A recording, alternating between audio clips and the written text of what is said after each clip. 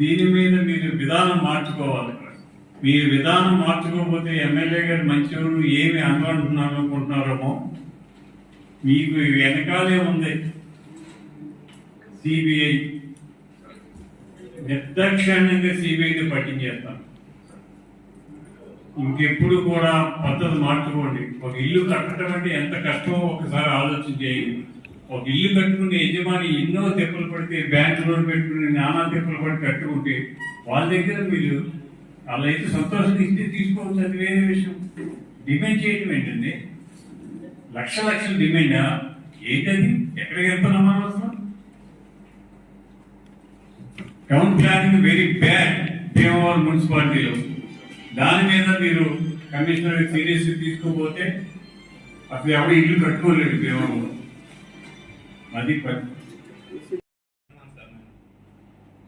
ఏమి బాగుండదు. మీరు విధానం మార్చుకోండి. మీ రిపోర్ట్ అసలు ఏమీ బాగోలేదు. మీరు సిస్టమ్ మార్చుకోకపోతే మీరు ఇంటికి వెళ్ళిపోవాలి.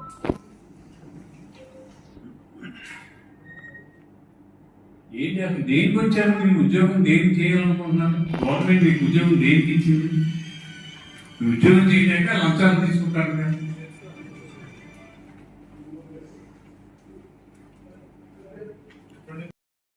దాంట్లో ఏ మాత్రం సందేహం లేదు, మీరు డౌట్ పడక్కర్లేదు. ఈ అడ్జస్ట్మెంట్ లో ఈ గవర్నమెంట్ లో చేసిన పనులకి పేమెంట్లు ఇచ్చే బాధ్యత మాది, నేను ఇప్పిస్తాను. అలాగే కొంతమంది కాంట్రాక్టులు కనీసం మొబిలైజేషన్ కూడా మా దగ్గర డబ్బులు లేవండి, పని చేయలేమంటే నా దృష్టికి తీసుకురండి, నేను వాళ్ళకి ఏర్పాటు చేసి మీకు సపోర్ట్ చేస్తాను. మీరు ఇన్ టైంలో వర్క్ చేశారు చెప్పండి. కనీసం 3 months లో పని పూర్తయ్యేటట్టు ఏర్పాటు చేయాలి.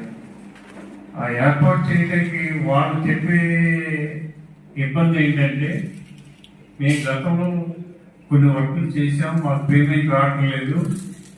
ఆ పేమెంట్ పాత పేమెంట్ సరిలేదు, ఇప్పుడు కొత్తగా వర్క్ మానేసిన తర్వాత కూడా మీకు పేమెంట్ ఇవ్వట్లేదని చెప్పి వాళ్ళు మా దగ్గర కూడా తీసుకురావడం జరిగింది.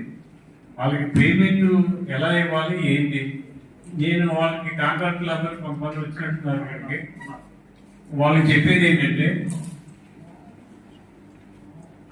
కొంత మొబిలైజేషన్ అడ్వాన్స్ నేను ఇస్తాను, మీరు పని చేయండి, పని చేసిన తర్వాత బిల్లు వచ్చే ఏర్పాటు చేయడానికి నేను ఆలోచన చేస్తాను. మీరు ఎంతమంది పని చేస్తున్నారు, ఎవరికి మొబిలైజేషన్ అడ్వాన్స్ కావాలో చెప్పండి, నేను అరేంజ్ చేస్తాను.